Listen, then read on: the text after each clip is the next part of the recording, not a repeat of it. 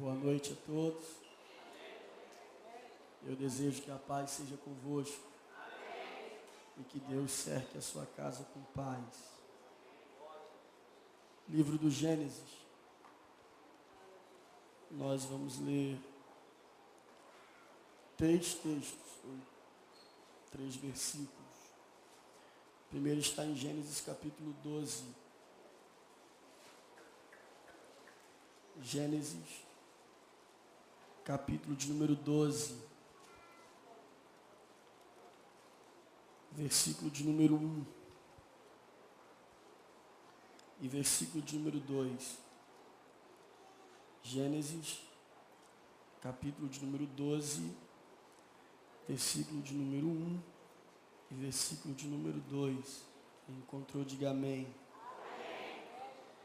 Está escrito: ora, o Senhor disse a Abrão: sai da tua terra, da tua parentela e da casa de teu pai, para a terra que eu te mostrarei. Farei de ti uma grande nação, te abençoarei e te engrandecerei o nome, e tu serás uma bênção. Capítulo 17, versículo 1 e 2. Capítulo 17, versículo 1 e 2. Quando Abrão tinha 99 anos de idade, apareceu-lhe o Senhor e disse-lhe: eu sou Deus Todo-Poderoso, anda na minha presença e ser perfeito, e firmarei a minha aliança entre mim e te multiplicarei extremamente. Capítulo 22,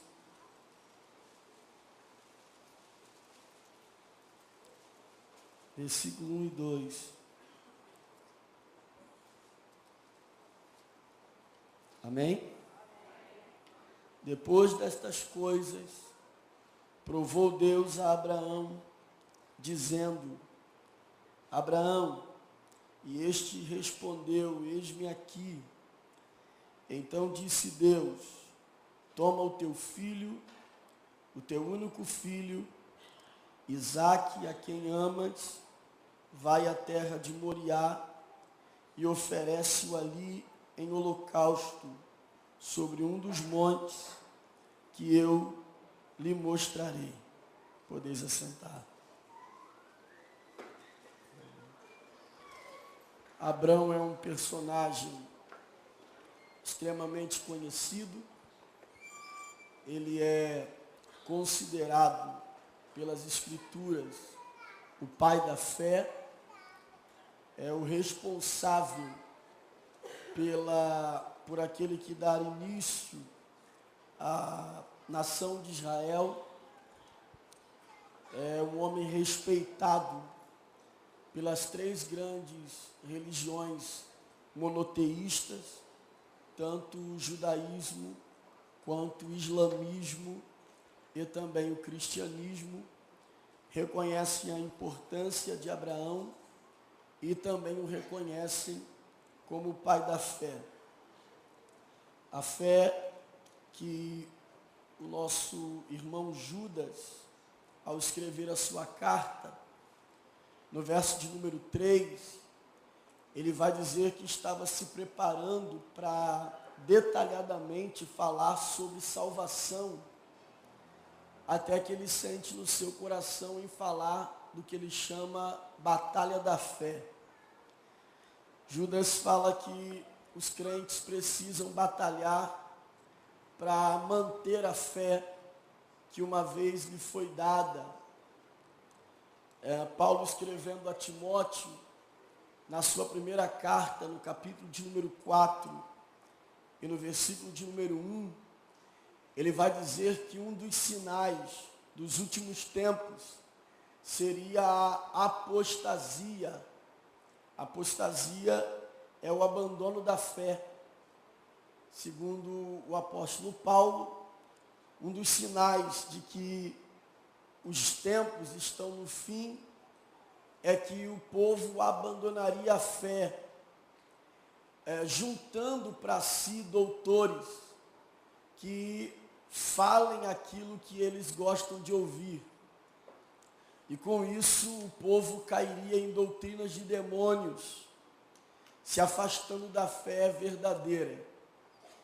Há uma diferença entre incredulidade e apostasia. Incredulidade é nunca ter crido, e apostasia é deixar de crer. Paulo garante que os últimos dias seriam cercados de pessoas que abandonariam a fé verdadeira. Preste bastante atenção, porque Paulo não diz que abandonariam a igreja ou a comunidade de fé, mas que abandonariam a fé verdadeira e passariam a querer ouvir somente aquilo que lhe era agradável.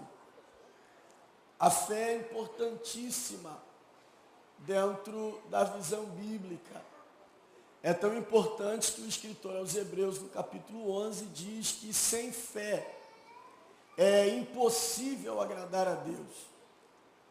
Quando Jesus, ensinando uma parábola, no capítulo 18 de Lucas, sobre a fé e a oração, ele vai falar sobre uma viúva que vai até um juiz iníquo e pede para que ele julgue a sua causa.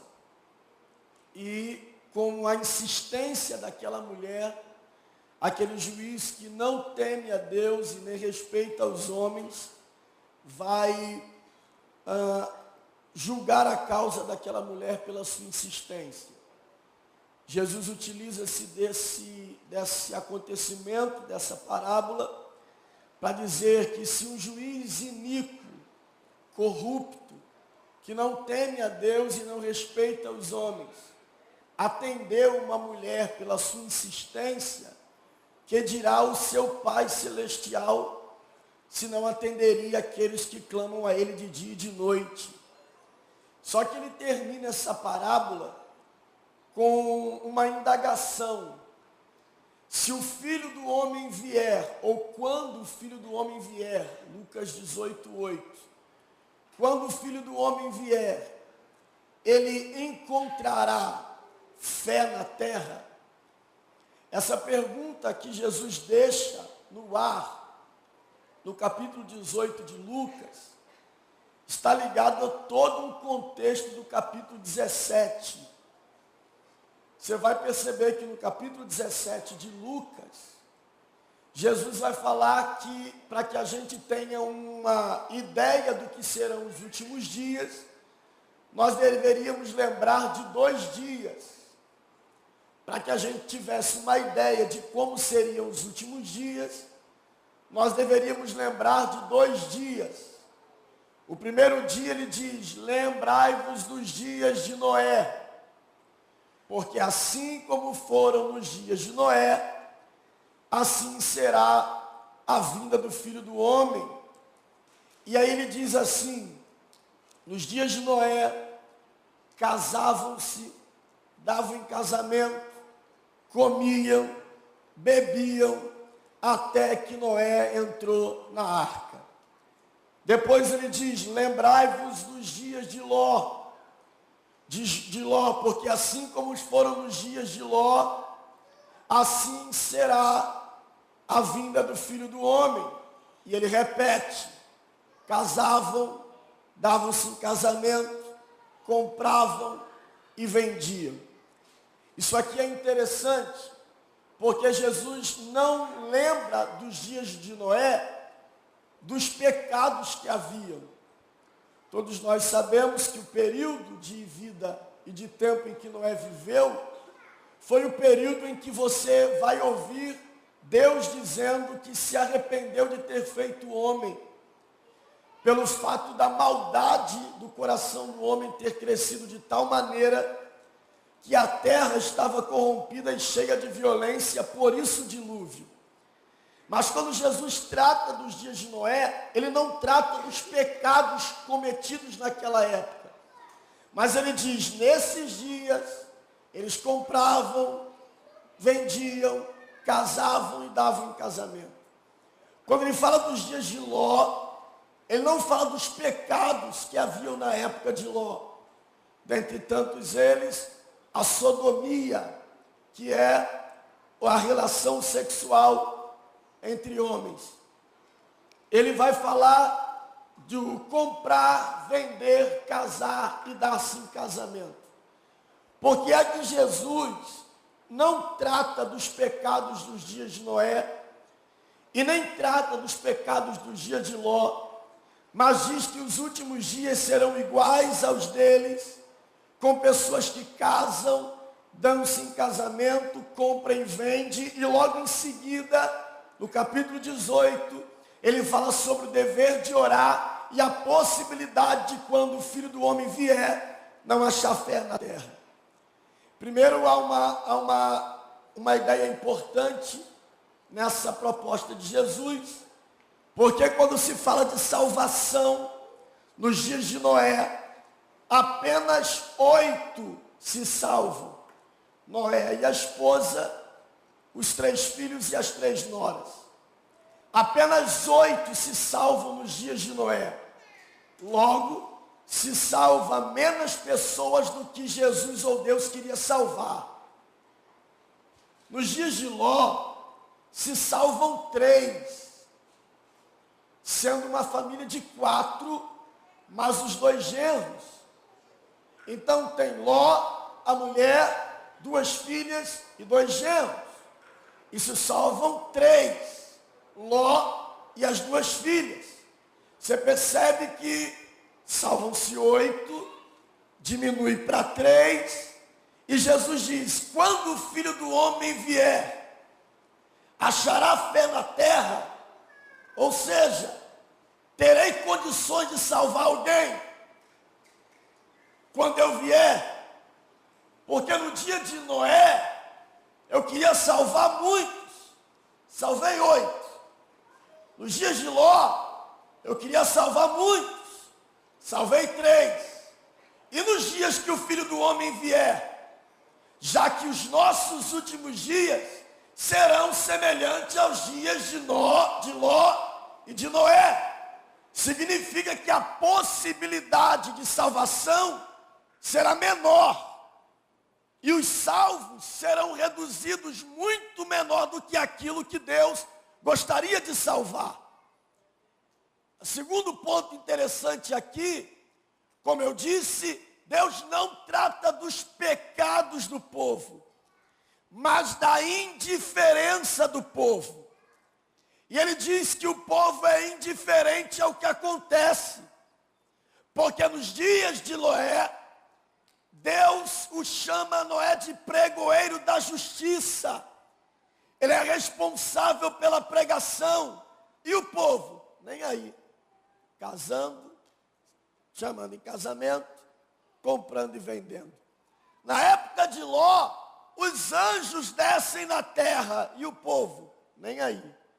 Comprando, vendendo, casando-se e dando-se em casamento. Isso indica que existia no coração do povo uma indiferença com as coisas espirituais. É a partir dessa indiferença que Deus, através de Jesus, começa Lucas 18 dizendo sobre o dever de orar sempre. Então, quando eu não tenho mais a prática da oração e vivo indiferente a isso para Deus é uma demonstração de que não tenho fé. Glória a Deus. Então, a prática da oração é o que demonstra para Deus que eu ainda acredito do que eu preciso está na mão de um Deus que ouve a oração dos que clamam. Então, há um desespero. Há uma indagação no coração de Deus, através de Jesus, em relação à fé. Até porque se você ler Efésios capítulo 6, versículo 16, você conhece lá as armaduras de Deus. E dentre todas as armaduras de Deus, a fé aparece como escudo. Aquilo que me protege, aquilo que me guarda, aquilo que me mantém seguro. A fé é uma arma de defesa nas armaduras que Paulo apresenta aos Efésios, dizendo que quem tem fé tem um escudo consigo, é protegido, é guardado, e por mais que o inimigo ataque, está escrito lá, com dardos inflamados, elas caem quando bate de frente com a fé que eu carrego. A fé me protege, me guarda, me escuda de tudo aquilo que o adversário tenta contra mim. Se você ler o Salmo 27, por exemplo, o salmista vai dizer que se um exército vem contra ele, ele não teme, porque o Senhor está com ele. Ele diz que no dia da adversidade, Deus o esconde no seu pavilhão. Ele diz que se o seu pai e a sua mãe lhe abandonar, Deus lhe recolhe. Ele diz que aqueles que andam espiando, investigando e armando armadilhas, cavam a cova para que eles mesmos caiam nela. Mas quando ele chega no versículo 13, ele diz: mas eu pereceria, sem dúvida, se eu não cresce. Oh, glória a Deus. Ele diz: um exército não me derruba. O abandono da família não me derruba. A inveja do outro não me derruba. A ação do adversário não me derruba. Mas se eu não crer, glória a Deus, se não houver fé em mim, então eu estou derrotado. O desejo de Deus era mostrar para nós a necessidade de se manter a fé. A necessidade da fé estar guardada em nós. E nós sabemos que com o passar do tempo, é muito claro que a fé verdadeira, a fé literalmente em Deus, está se perdendo. A fé em Deus está se esvaindo. E não conseguimos nem mais dimensionar ou discernir, melhor dizendo, o que é fé, o que é emoção, o que é algo momentâneo e do que realmente é fé. E aí, para a gente entender o que é uma fé bíblica, nada melhor que voltar a Abraão, porque ele é o pai da fé. Ele é o responsável para começar uma caminhada na ideia de que existe apenas um único Deus e que esse único Deus é suficiente para responder aos que creem. Então, em Abraão, nós temos a origem da fé em um único Deus. Nós temos o caminho da fé em um único Deus. E a partir da fé de Abraão, é que a gente vai poder voltar a se achar no que diz respeito à fé, para saber se eu ainda permaneço na fé. Eu sei que vocês, todos nós conhecemos a palavra de Paulo aos Coríntios, falando sobre a ceia, em 1 Coríntios capítulo 11, versículo 28, se não me falha a memória, quando ele diz que nós devemos fazer um autoexame, e examinai o homem a si mesmo, e depois coma deste pão e beba desse cálice. Esse mesmo Paulo que diz que antes da ceia, eu preciso fazer um autoexame para que eu possa tomar do corpo de Cristo e beber do sangue de Cristo sem que haja em mim condenação. Ele torna a repetir essa necessidade de um autoexame, quando ele escreve aos Coríntios, no capítulo 13, No versículo 5 ele diz: examinai-vos a vós mesmos e vede se permaneceis na fé. Glória a Deus. Paulo diz que eu devo fazer um autoexame todos os dias, para que eu possa perceber se eu permaneço crendo, se eu permaneço na fé, ou se eu vivo de empolgação, de costume, ou até mesmo de emoção. Então Paulo diz: examine-se, olhe para você mesmo e veja se você continua crendo, continua acreditando, continua absolvendo o que Deus lhe diz. E ele é muito claro ao escrever aos Romanos no capítulo 10.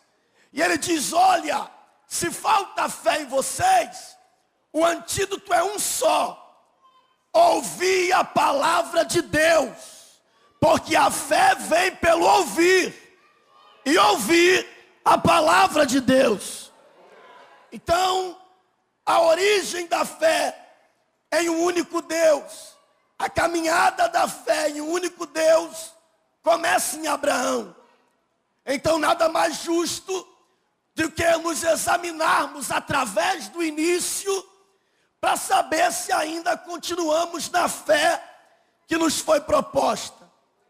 E aí, quando nós lemos a vida de Abraão, a partir do capítulo 12, e nos 3 textos que nós lemos, você vai perceber que a fé de Abraão tem um tripé de 3 verbos. A fé de Abraão tem um tripé de 3 verbos.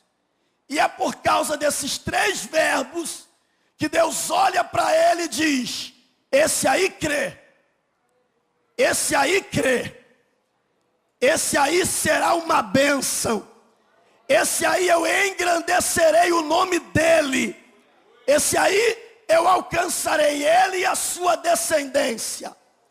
Quais são os verbos ligados à fé de Abraão, que mostra que literalmente esse homem é um homem de fé?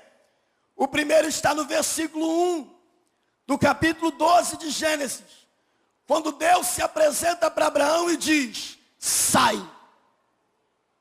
Glória a Deus. O primeiro verbo que indica que Abraão tem fé não é receba. O primeiro verbo que indica que Abraão tem fé não é tome posse. O primeiro verbo que indica que Abraão tem fé é sair. Sai. E sai da onde? Da tua terra, da terra da tua parentela e da casa do teu pai. O que está acontecendo com Abraão aqui é um encontro com Deus. A maioria de nós aqui sabemos que a família de Abraão trabalha com idolatria. São idólatras. Seu pai constrói deuses. E em Ur dos Caldeus, Abraão é chamado de filho pelo Terá, seu pai. Ele é chamado de esposo por Sara. Ele é chamado de sobrinho por Ló. Ele é chamado de irmão por Naor. E ele é chamado de patrão por Eliezer. Ele é chamado de filho por Terá, de esposo por Sara, de tio por Ló, de irmão por Naor e de patrão por Eliezer. Existe uma coisa que Abraão não é chamado em Ur dos Caldeus, e que é o desejo dele. Ele é filho, esposo, tio, irmão e patrão, mas não é pai. Glória a Deus. Aí Deus apresenta para ele, diz: Abraão, eu vou te fazer pai. Glória a Deus. Vou te dar um filho. Ele diz amém. E o que eu tenho que fazer? Sai. Glória a Deus. Sair aqui pareceria muito fácil se Abraão fosse pobre.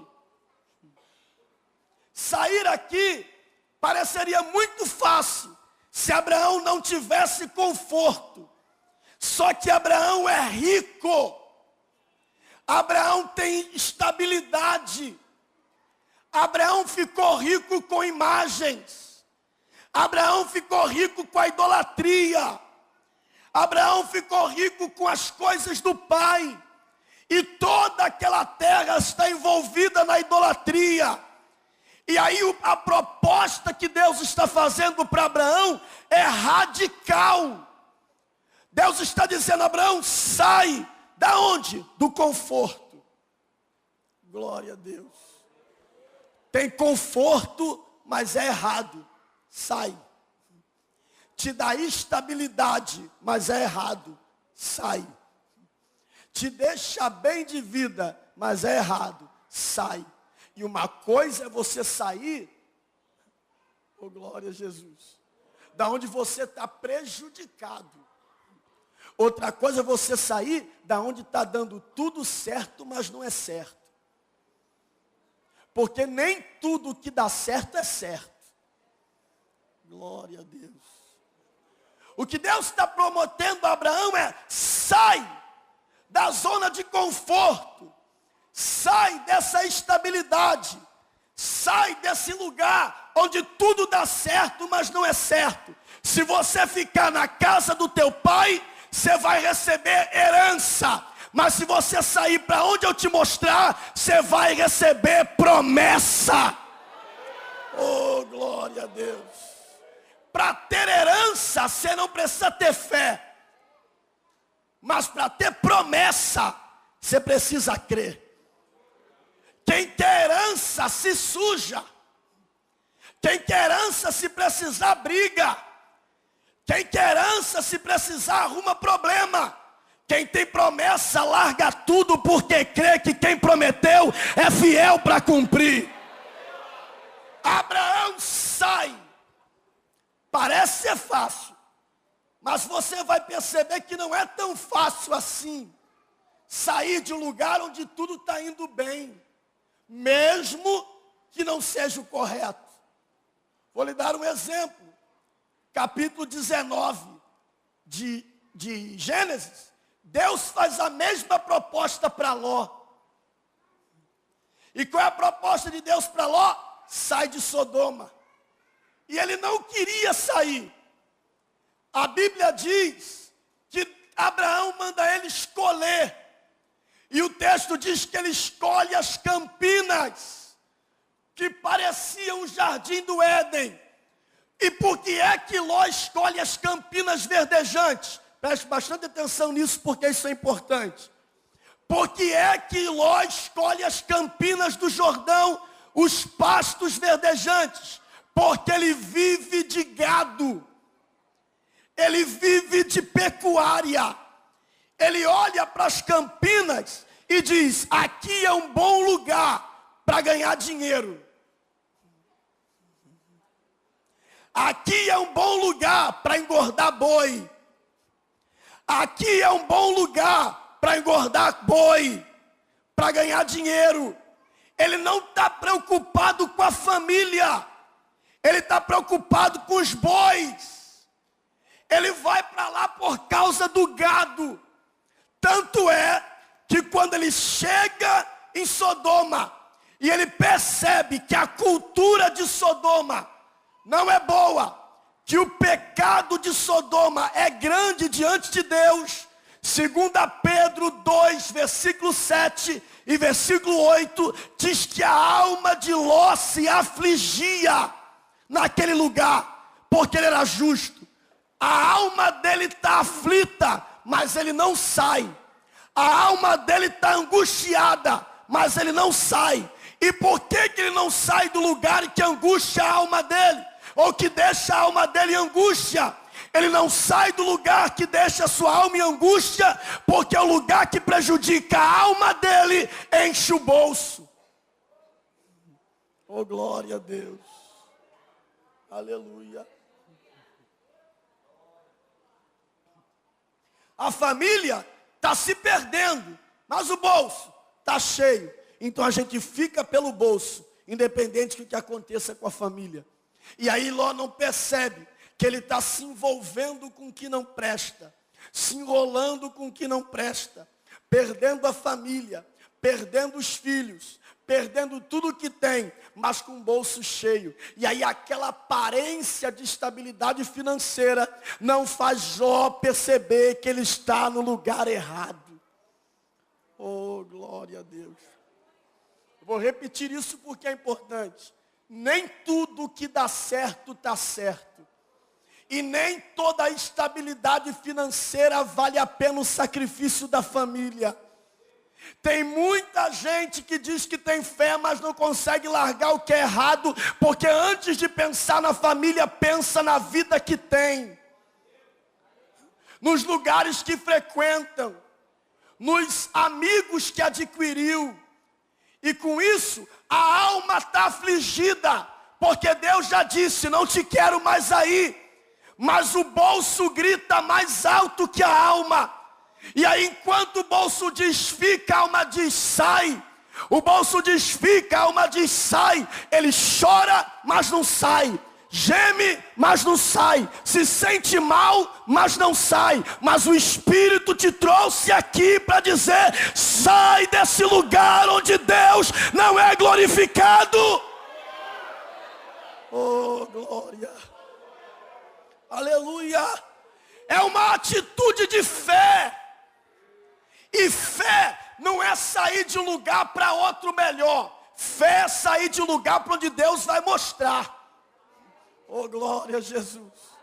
Deus não disse a Abraão, sai para outro lugar. E esse lugar aqui já está tudo preparado. Deus disse, não, sai e deixa que o resto é comigo. Oh, glória a Deus. Sai e deixa que o resto é comigo.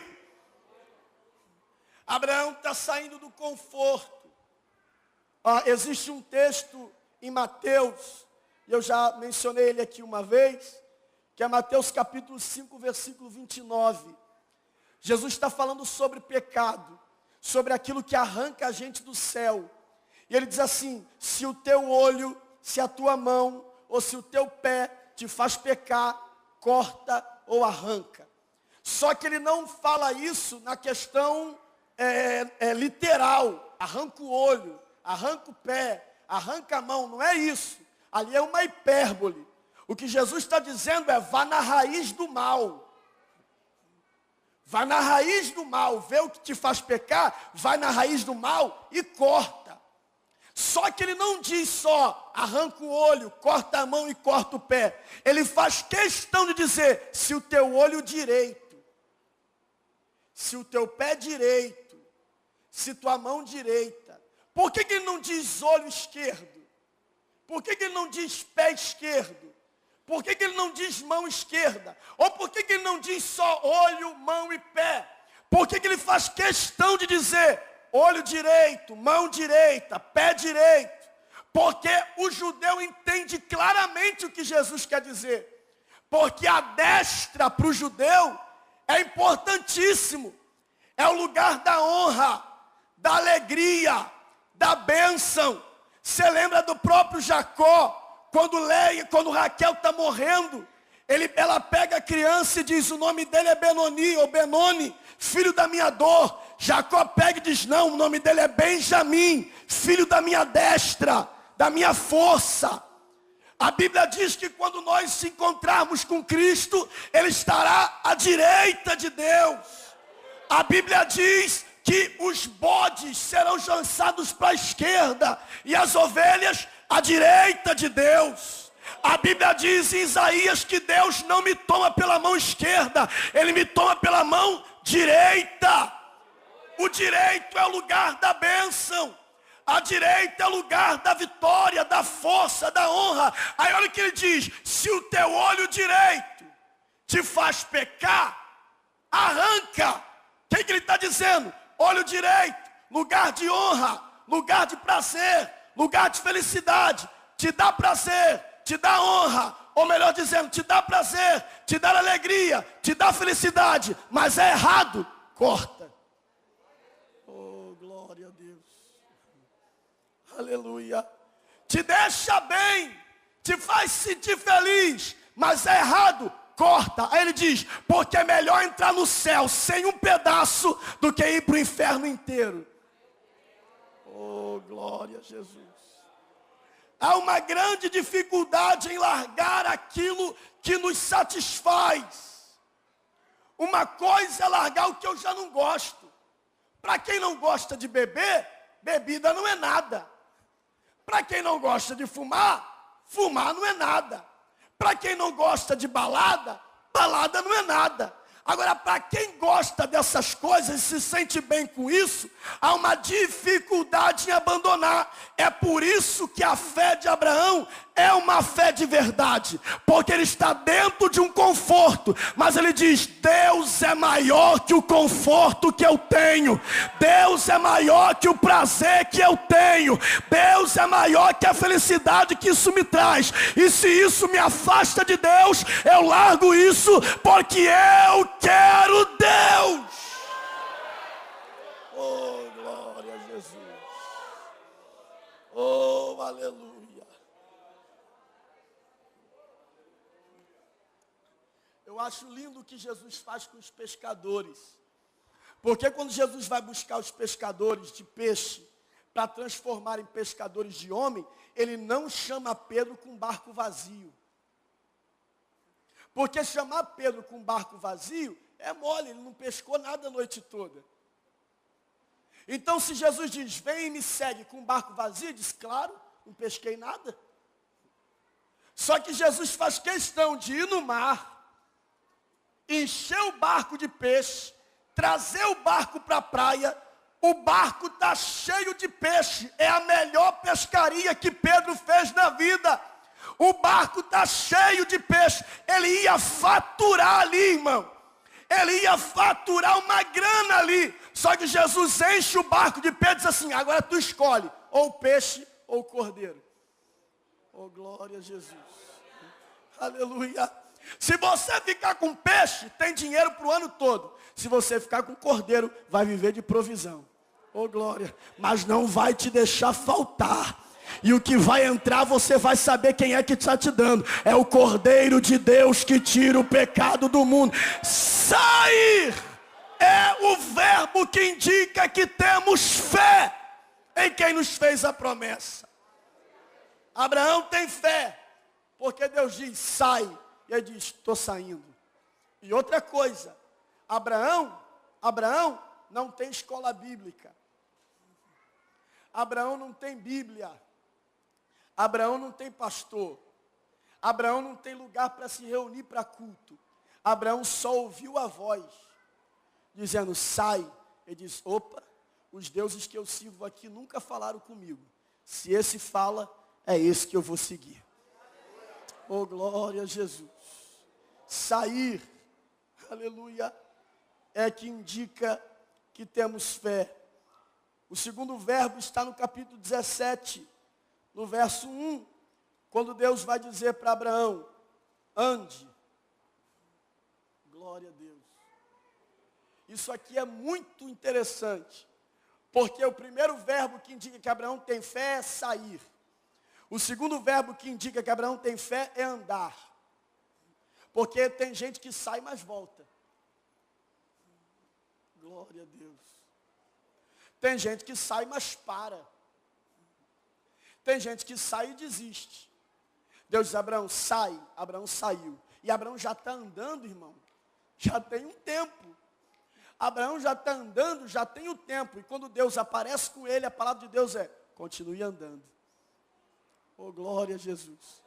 Você sabe que tem gente que para porque ele fica esperando Deus falar com ele alguma coisa.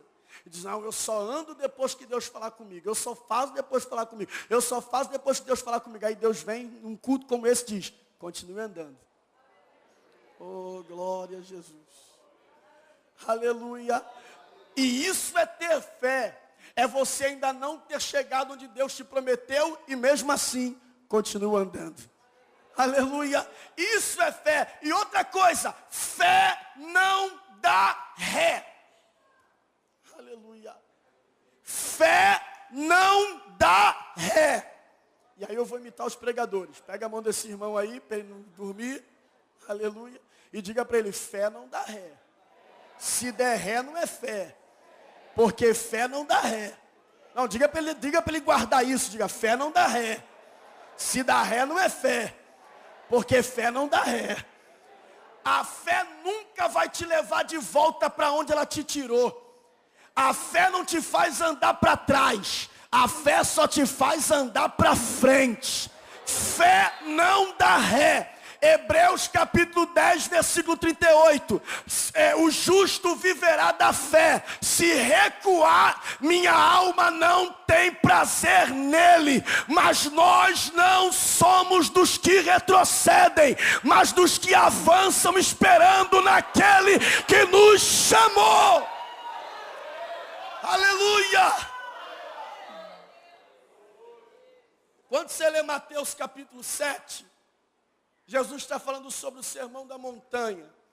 E aí no capítulo 7, a partir do versículo 24, ele diz assim: todo homem que ouve a minha palavra e pratica é semelhante ao homem que constrói a casa numa rocha.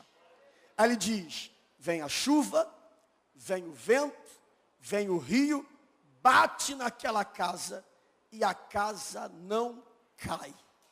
O que Jesus está falando aqui? Jesus está pregando que evangelho não é força, evangelho é resistência. Ele diz, quem ouve a palavra e pratica, não é forte, é resistente. A pancada vem, ele crente.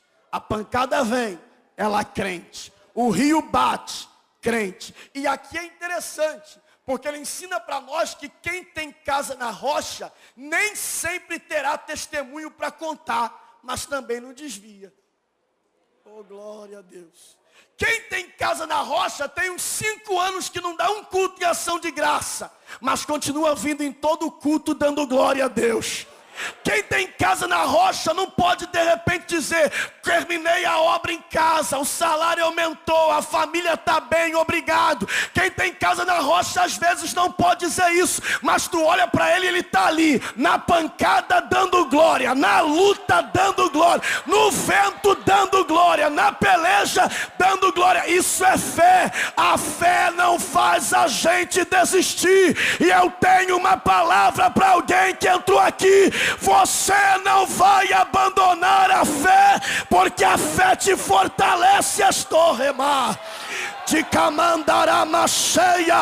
Eu não sei quem está te batendo, eu não sei qual é a guerra que você está, mas tem um escudo que desce sobre a tua vida e diz, não vai parar, não vai parar, não vai parar. Oh, glória. Arremar. Pega a mão desse crente aí, irmão. Oh, glória. Oh, levanta a mão dele para o alto aí, por favor. Oh, glorificado seja. Você consegue dar glória de mão dada com ele? Você está pegando a mão de alguém que está na peleja, que está na guerra, que está na luta, que o diabo já disse para, que o inferno já disse para, que as dívidas disse para, que a família disse para, mas para vergonha do inferno, vão te ver andando, andando, andando, andando, andando, andando, andando, andando, andando, andando. Seja a boca de Deus para ele, diga, vão te ver andando. Vão te ver andando. Vão te ver andando. Eu sinto Jesus Cristo aqui dentro. Cheia. Alguém tem glória a Deus para abrir a boca e dar? Porque esta noite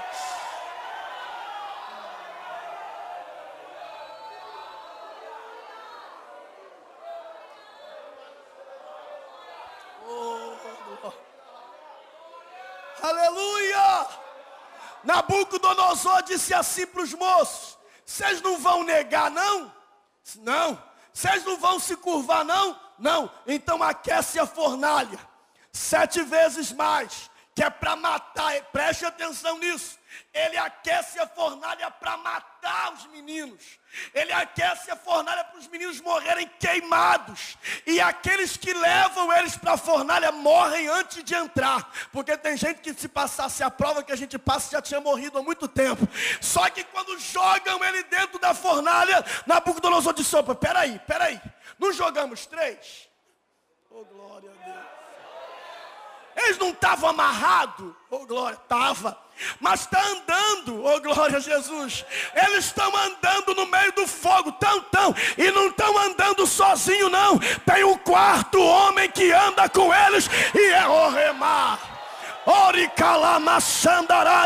Você não anda sozinho no meio desse fogo. A promessa é: se passares pelas águas, elas não te afogam. Se passarem pelos rios, não te afogam. E se passar pelo fogo, eu sou contigo.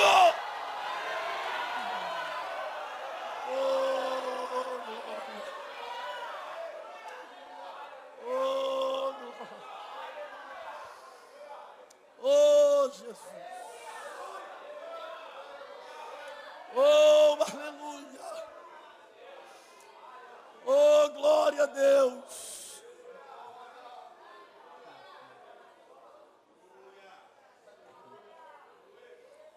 Primeiro verbo, sair. Segundo verbo, andar. Terceiro verbo, capítulo 22, oferecer. Oh, glória a Deus. Aleluia. Deus diz: Abraão, levanta cedo, pega o teu filho, vai para o monte e oferece. A gente às vezes tem fé para receber, não para oferecer. Aí Deus disse: Abraão tem fé, porque recebeu? Não, porque ofereceu. A minha fé não é contada, ou não é medida por quanto eu recebo, mas pela disposição que eu tenho em oferecer. Oh, glória a Deus. Quando Abraão está subindo o monte, ele diz assim para os seus servos: eu e o menino subiremos e adoraremos e voltaremos. Ah, irmão, isso aqui é doideira, professor. Nós subiremos, adoraremos e voltaremos. Que homem doido, irmão. Ele saiu de casa sabendo que Deus disse: tu vai subir, deixar teu filho lá e voltar. Só que ele olha para o céu e diz: eu vou subir com meu filho, adorar com meu filho e voltar com meu filho. Aleluia. Aí Paulo explica por que Abraão faz assim. Ele explica dizendo o seguinte: que Abraão tinha tanta fé, que ele acreditava piamente, que ainda que ele matasse Isaque, Deus o ressuscitaria. Porque Deus traz à existência aquilo que não existe, como se já houvesse existido. Oh, glória. Ele está disposto a oferecer. E quem determina o que vai ser oferecido, não é quem foi oferecer, é quem quer receber. É Deus que determina para Abraão: Abraão, eu quero o teu filho. E Deus especifica que Abraão tem 2. Abraão tem Isaque e Ismael. Só que nesse período, Deus já tinha mandado Abraão mandar Ismael embora. Porque ele sabia que se faz essa prova com Abraão, com Isaque e Ismael, Abraão ia mandar Ismael. Só que Deus deixou muito claro: eu quero o teu filho, o teu único filho, aquele quem tu ama, teu Isaque. Oh, glória a Jesus. E por que Abraão não tem medo de oferecer? Por que Abraão não tem medo de oferecer Isaque?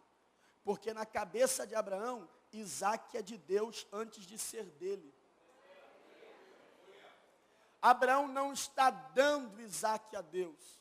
Abraão está devolvendo Isaque a Deus. Porque quando Abraão não tinha Isaque para dar a Deus, Deus já havia prometido Isaque para dar a Abraão. Então, antes de Isaque ser de Abraão, Isaque já era de Deus.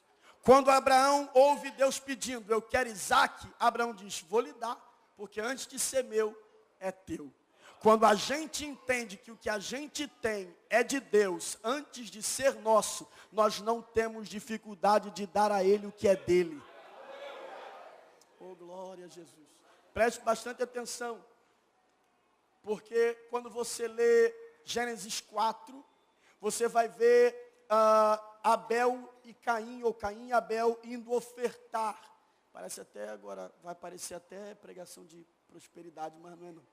Quando ele vai ofertar, ele oferta no capítulo 4, ovelhas e coisas da terra, legumes. Só que a Bíblia diz que quando eles vão ofertar a Deus, eles ofertam do que eles trabalham. Abel é pastor de ovelha, não pode dar cenoura, tem que dar ovelha. Caim é da terra, não pode dar ovelha, tem que dar legume. E eles vão ofertar a Deus. Só que a oferta só acontece no capítulo 4.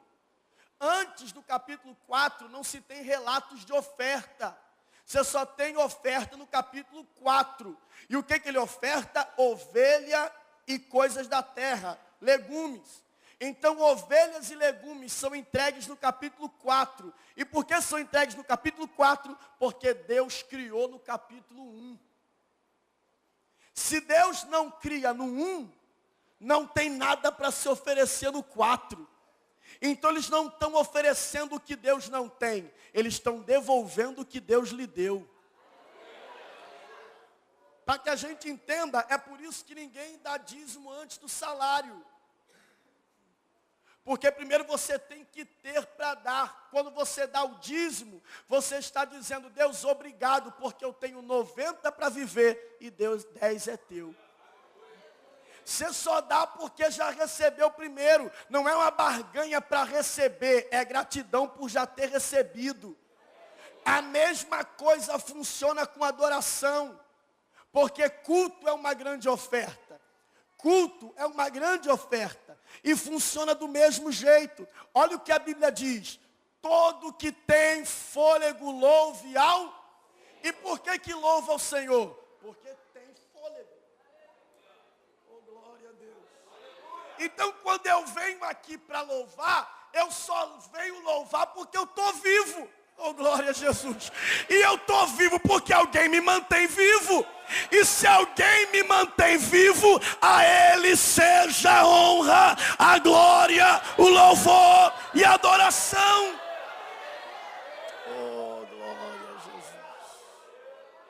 Você percebe que o salmista não diz, quem é crente louve, quem é salvo louve. Ele diz, quem tem fôlego, quem está vivo, louve. Por quê? Porque existem 2 dias na minha vida, que são os 2 dias mais importantes da minha existência, e eu não os controlo.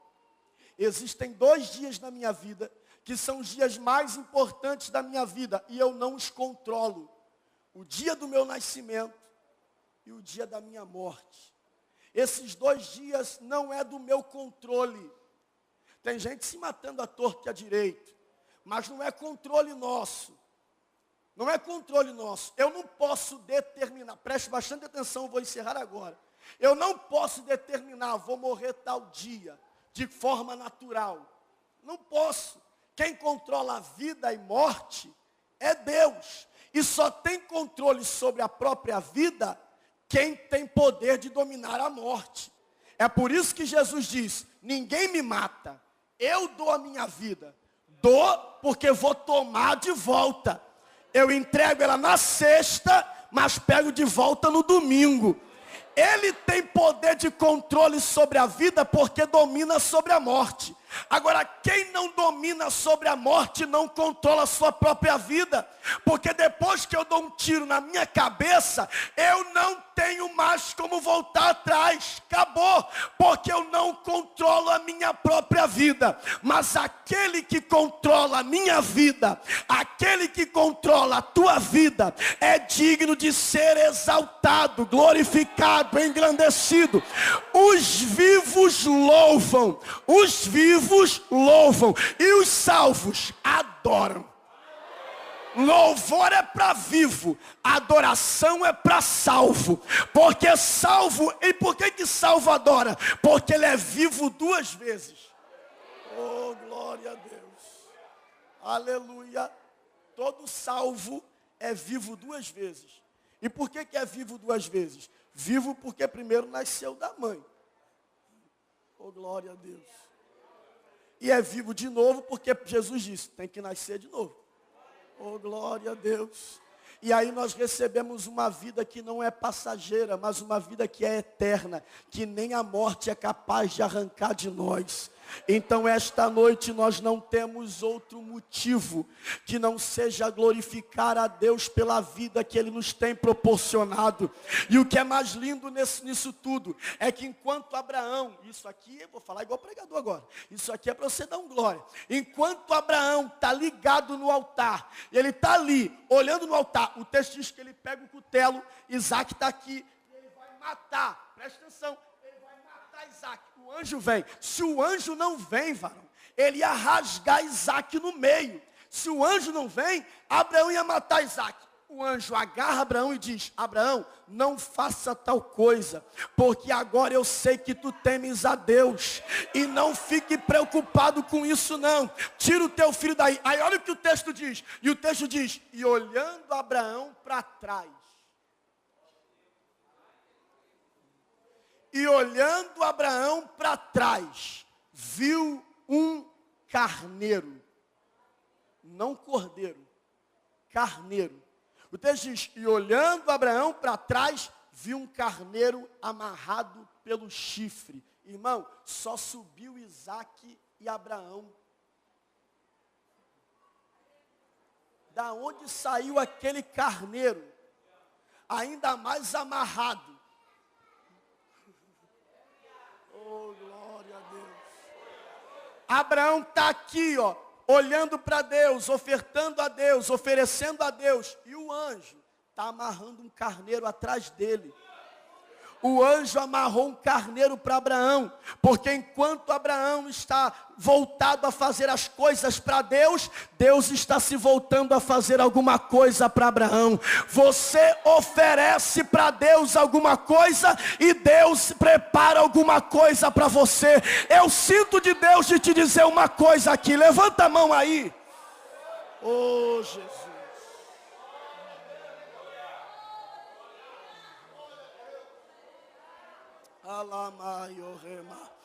Eu sinto de Deus de te dizer uma coisa.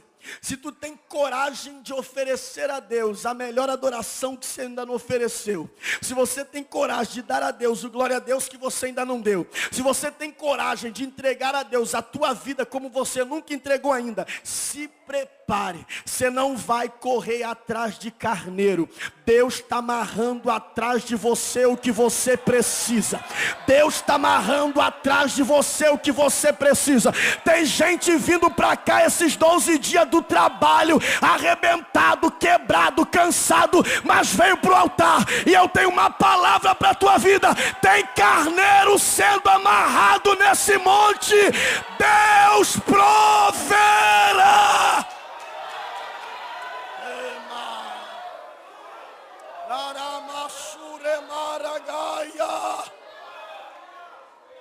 Fique em pé, por favor.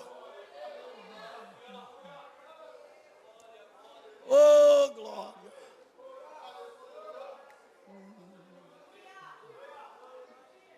Pega a mão desse crente do seu lado, por gentileza. Oh, glória. E feche os teus olhos.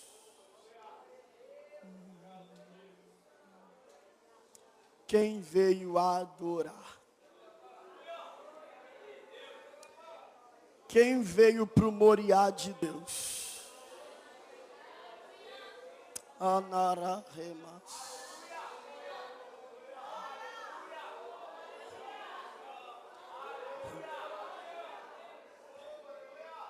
Não, eu sei lá, irmão, eu não sou profeta não, nem filho de profeta. Mas eu estou sentindo Deus provendo coisas aqui. Oh, Jesus. Eu estou sentindo portas sendo abertas. Oh, eu estou sentindo o Espírito de Deus trabalhando por gente que está aqui dentro. Eu estou sentindo o Espírito de Deus trazendo para perto de nós aquilo que estava muito distante de acontecer. Eu quero convidar esta igreja esta noite a oferecer a Deus o que você tem de melhor, porque Deus já preparou.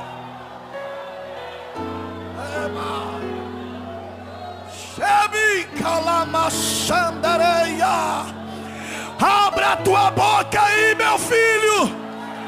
Solta o teu melhor, glória a Deus. Solta o teu Isaac. Libera as tuas línguas estranhas. Ofereça. Ofereça. Ofereça. Você está no lugar da providência. Ofereça.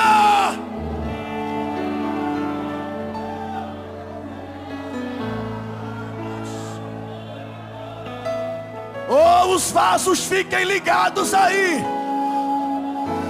porque é um rolo de profecia dentro dessa casa.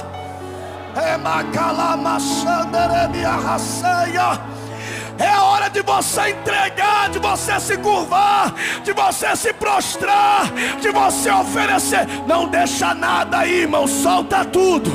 Solta tudo. Entrega tudo. Amanhã ainda é o último dia dessa festa, mas aproveita hoje para vamos.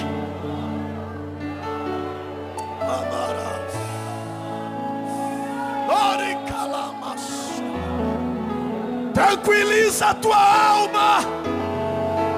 Tranquiliza o teu coração. O Deus da providência só está esperando você adorá-lo. Ofereça, vai. Ofereça, rapaz.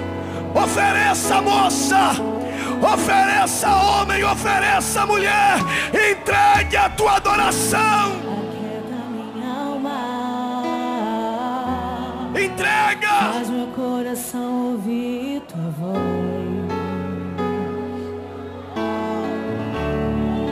Creia.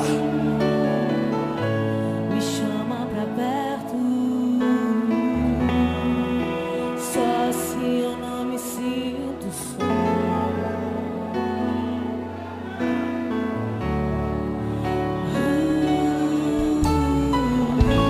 Aquieta minha alma. Faz meu coração ouvir tua voz. Creia. Creia. Me chama pra perto.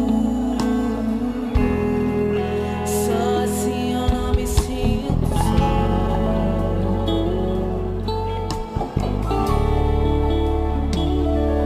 Porque na verdade eu descobri que tudo que eu preciso está em ti.